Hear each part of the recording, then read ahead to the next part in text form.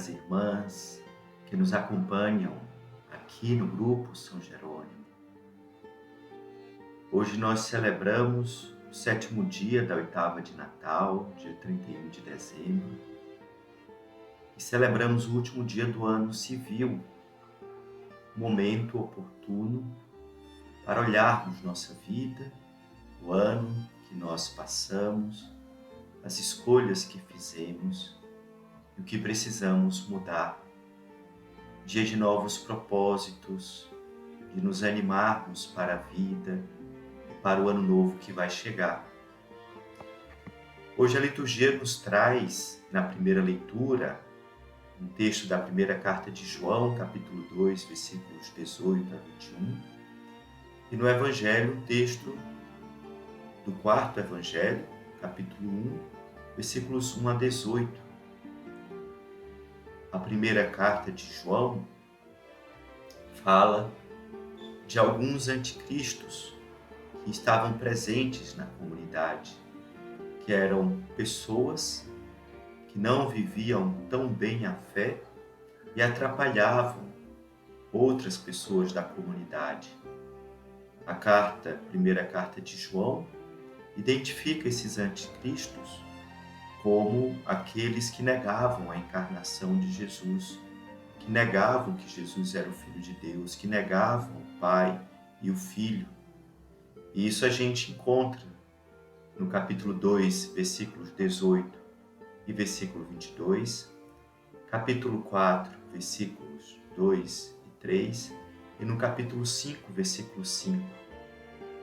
A figura desse anticristo, isto é, de pessoas na comunidade que atrapalhavam a fé. Mas eu gostaria de me deter mais no texto do Evangelho, esse lindo poema sobre a encarnação da Palavra de Deus como uma nova criação.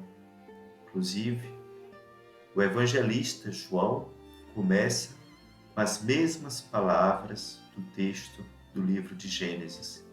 Assim como lá Deus criou a humanidade por sua palavra, aqui a palavra criadora de Deus vai se tornar presente em nossa história humana. Os primeiros versículos desse poema, os versículos 1 ao versículo 5, fala da palavra, do Logos, que não é uma ideia, uma racionalidade, mas a ação criadora de Deus, a autocomunicação de Deus. E essa palavra, ela brilha como luz em meio às trevas, assim como no poema do Gênesis, quando Deus diz, haja luz, e a luz se fez. Aqui também a luz brilha em meio às trevas. E a partir do versículo 6, o evangelista fala da história humana, narrando o testemunho de João Batista, o anunciador de Jesus, o mensageiro que veio falar de Jesus, pregar a conversão. João vai dizer que ele era uma testemunha da luz.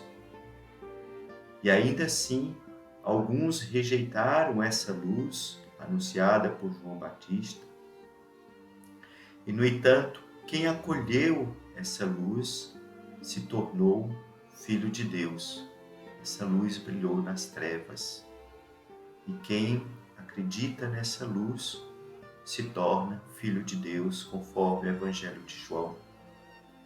E a terceira parte desse poema, essa luz, essa palavra presente na história, ela se torna carne. E isso se encontra nos versículos 14 a 18. Isto é, a palavra criadora de Deus assume nossa condição mortal, assume a nossa carne, assume a nossa condição material. Deus invisível do Antigo Testamento, que os antepassados viam apenas a sua sombra, o viam apenas nas costas, esse Deus se torna visível na humanidade de Jesus. E agora, em Jesus Cristo, é possível contemplar a sua glória. Então, o poema se conclui com essa contemplação da glória de Deus invisível que se torna visível na humanidade de Jesus. E assim concluímos o ano de 2022 contemplando essa glória de Deus presente na humanidade de Jesus que celebramos neste Natal. Assim como o evangelista narra a encarnação da palavra de Deus, nós podemos também contemplar em nossa história humana essa presença de Deus. Deus visível em Jesus Cristo é também visível em nossa história humana, pessoal, por meio de tantos acontecimentos, por meio de tantos eventos. Deus que se diz em Jesus Cristo, o amor de Deus que se torna carne em Jesus Cristo, também se faz presente em nossa história humana. Seja nesse ano de 2022 que está terminando, seja em muitos anos de nossas vidas, contemplamos o amor de Deus presente na história, presente em Jesus Cristo, presente em nossa humanidade, para que assim também assumamos a realidade da nossa história e assim vivamos contemplando a glória de Deus. E para todos nós, um feliz Ano Novo.